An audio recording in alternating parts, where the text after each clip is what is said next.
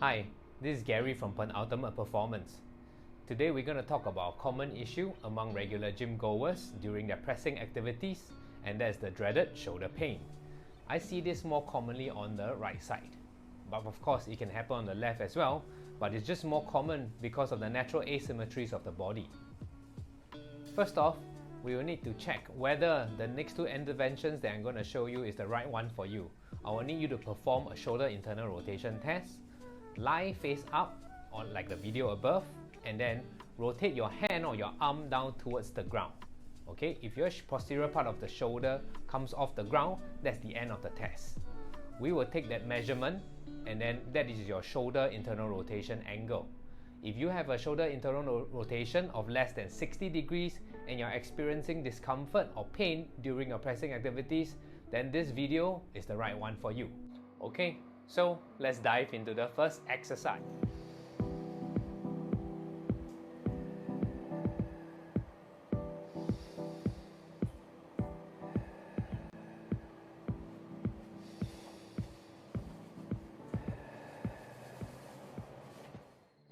This is the bent over row breathing drill. What this activity does is going to promote some anterior rib cage expansion on whichever arm that we are holding the dumbbell. In this case, I'm going to hold it with my left. And this activity will aim to improve our shoulder internal rotation measures. Okay, so let's get into the setup. Grab a dumbbell that's around 4 to 5 kg. I have a 4 kg in my hand. You don't need something too heavy for this. Okay, get on the bench in this position, in a bent over row position, and then reach the weight towards the ground. Okay, so next thing you're going to take note of is doing a posterior pelvic tuck of the pelvis, maintaining the tailbone pointing down towards the ground at all times. Next thing we're going to take note of is our breathing. You're going to breathe in through your nose and do an exhale with a big open mouth sigh. Aim to elongate both the inhale and exhale. No tension at all. Let me demo one breath. Breath in through your nose. Exhale. Maintaining that posterior pelvic tuck. Okay, make sure you feel your side edge kick on after the exhale. Second breath, breath in through your nose. Big open mouth sigh.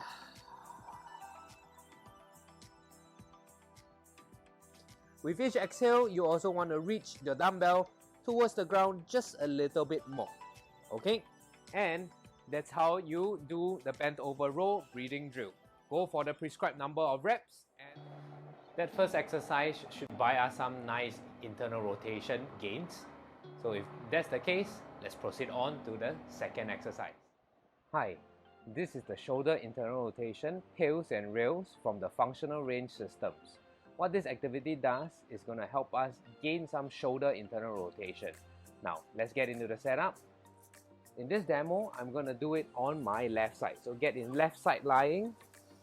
Get a yoga block or a pillow. Rest your head comfortably. It shouldn't be too high or too low. Alright? And then bend your knees and keep your knees in front of your hips. Next step, get your elbow, the one that you're working on, that arm that you're working on, in line with your shoulder, and then move the elbow down below shoulder height. Okay, this will be a very good safe position to start in.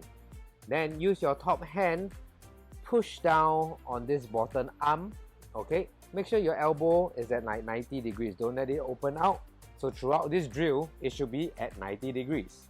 Okay, so now you should feel a stretch in that posterior part of your shoulder. Okay, sometimes it might travel down the arm just a little. Okay, but if you're feeling that some discomfort in the front of the shoulder, and then that's a warning to you. This position isn't good for you. So you might need to make some other adjustments.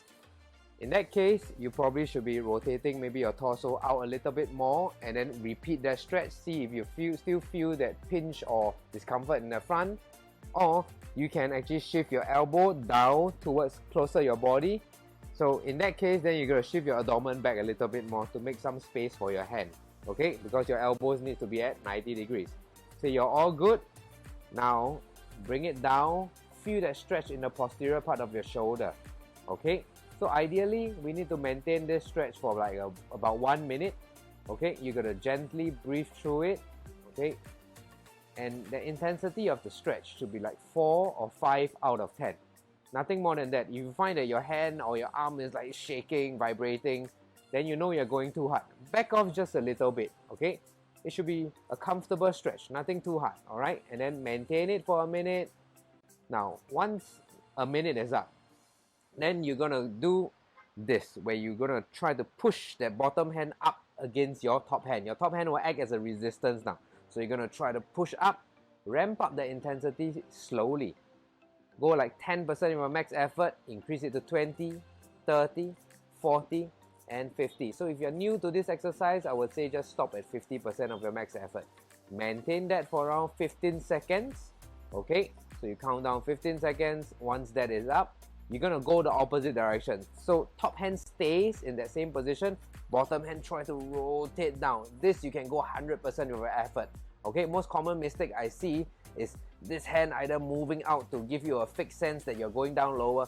Doesn't matter. So if you are just going down just a hair away from that top hand, it's fine. As long as you're putting effort through this rotation downwards, go at 100%, that's totally okay.